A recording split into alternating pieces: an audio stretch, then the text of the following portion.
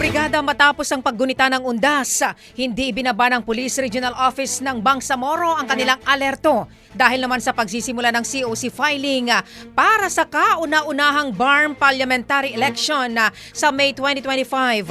Nagsimula ang COC filing ngayong araw at magtatagal hanggang sa November 9. Ayon kay Police Regional Office BARM, Brigadier General Romeo Macapas, magpapatuloy ang mas pinahigpit na seguridad sa buong rehiyon, partikular na sa COMELEC Provincial Office at Bangsamoro Government Center. Kabilang dito ang pagtatatag ng checkpoints, convoy security at pinalakas na police visibility. Meron ding mga pulis na itinalaga para sa crowd control measures, traffic management at help desk para sa publiko. Tiniyak naman ng PRO BARM na mananatili silang non-partisan sa darating na eleksyon. Umahataw, Brigada Balita.